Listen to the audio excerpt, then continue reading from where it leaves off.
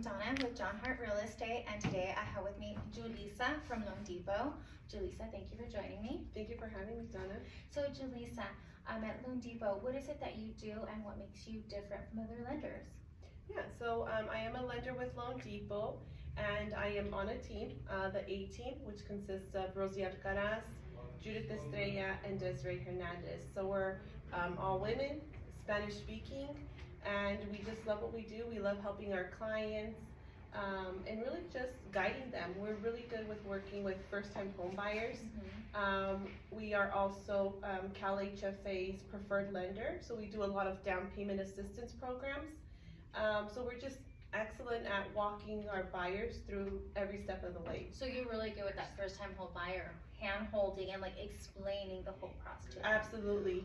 Now, as the CalHAPA program in down payment assistance, can you explain that a little bit more in detail for the first-time home buyers who really don't understand what that is? Because there is a lot of misconceptions, as you know, from down payment assistance programs. Yeah, of course. So with the Cal HFA down payment assistance, they have programs that will not only help you with the down payment, but will also help you with closing costs and closing fees.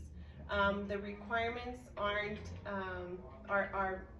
pretty feasible, where they start at a minimum 640 FICO score.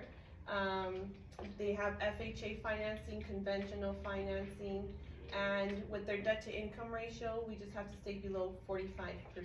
So it's not like standard FHA where you could push to 47, it's 45% of their total like front income, right? Which is like their whole income, the gross amount, correct? The total debt to income ratio would be the monthly mortgage payment plus all their debts, and then divided by their monthly gross income.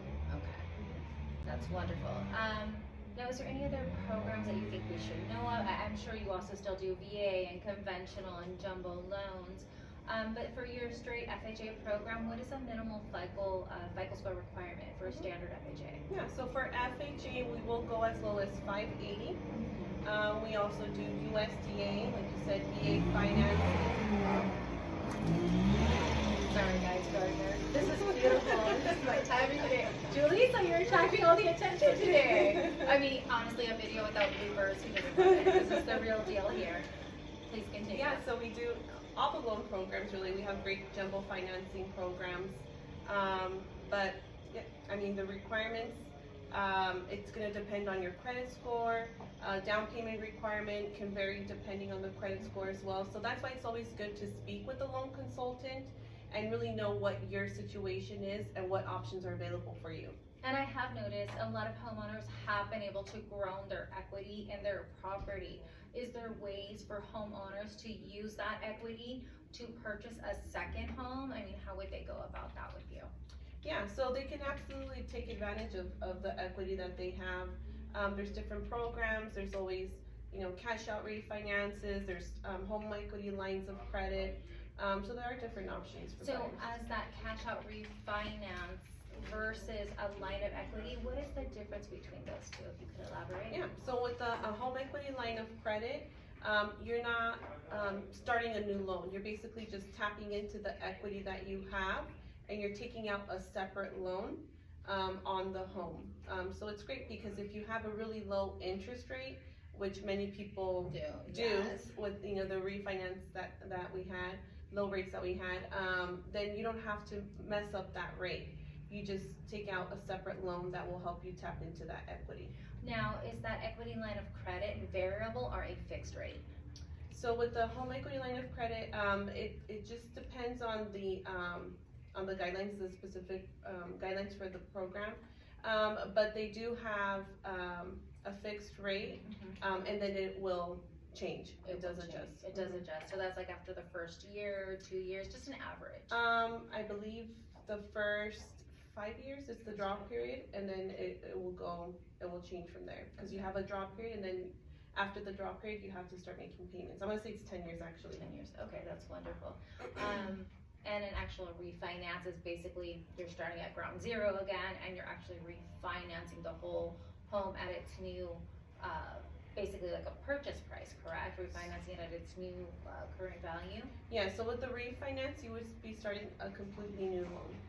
Now with that completely new loan, does that also increase their property taxes? So some people are under the misconception that, you know, the tax rate is no longer gonna be based, say, like if they were at a 1.45 and the new rate's like at a 1.55, you know, tax rate, are they able to keep their base tax pay, or does it also go up? And of course, Yeah, so I mean, it's not gonna, in the refinance, it's not gonna change the tax rate.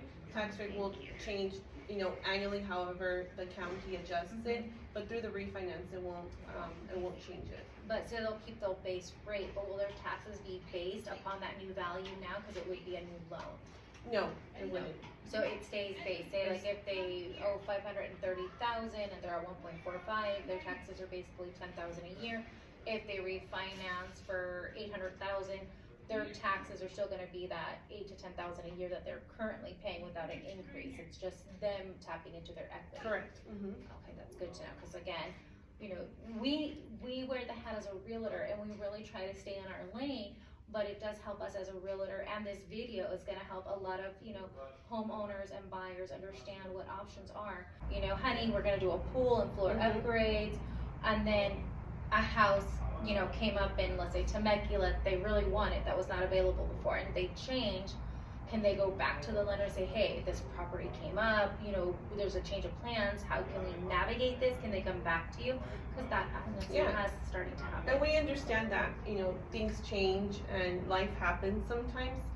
So usually in a situation like that, we would have to have a very clear letter of explanation to be able to show the underwriter, and it would just have to be something that's up to the underwriter's discretion, and it would have to make sense, of course.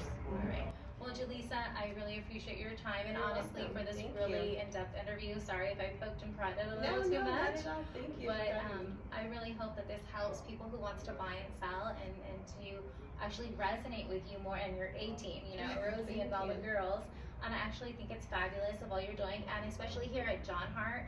It's actually Women's Month this month, you know, so John Hart is actually going above and beyond, and they are hoping to have a gala. So as a strong, independent Latina, I'm hoping I can invite you to attend the gala, and I would love just to, you know, continue to support you in your business. Thank you so much, Donna. I Thank you for appreciate coming. you. Thank you. All right, well, thank you guys. Until the next Heart to Heart, take care. Bye-bye.